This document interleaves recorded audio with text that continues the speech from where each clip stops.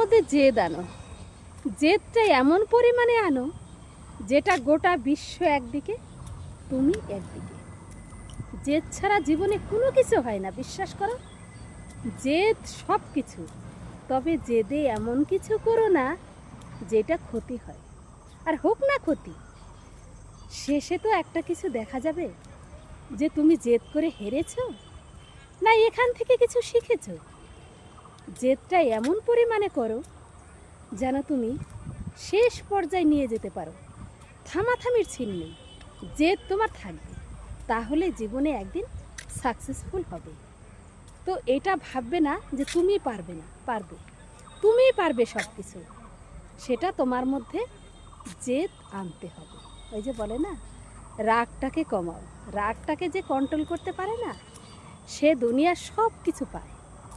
আর রাগ হচ্ছে তোমার একমাত্র শত্রু।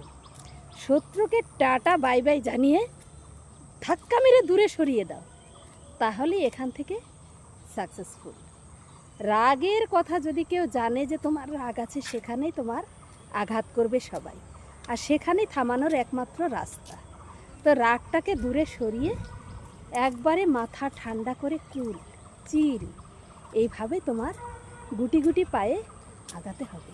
সকালবেলা আসছি, ভিডিও করতে প্রচণ্ড অসুবিধা, কেননা লোকজন মর্নিং ওয়ার্কে আসছে আর তার মধ্যে আমি ভিডিও করছি, বুঝতেই পারছো সবাই। আর সকালে ছাড়া হয় না, কেননা প্রচুর কাজ থাকে। তো তোমরাও যদি চাও তাহলে এইভাবে সকালে বেরিয়ে পড়বে। আমি তো সকালেই সব কিছু সেরে নিই, কেননা আমার পরে আর হয় না। তারপরে রোদ উঠে যায়, সংসারের চাপ থাকে, তো সব কিছু মিলেমিশে এইভাবেই চলে। তো রাখছি, বাই। জানি না কখন ভিডিওটা পোস্ট করব, সকালেই করে নিলাম।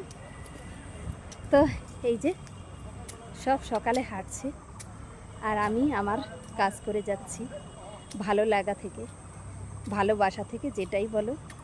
তো বাই, সবাই ভালো থেকো, খুব ভালো থেকো। রাখছি, টাটা। আবার দেখা হচ্ছে নেক্সট কোনো ভিডিওতে। এই পর্যন্ত ভালো থেকো, সুস্থ থেকো, টাটা।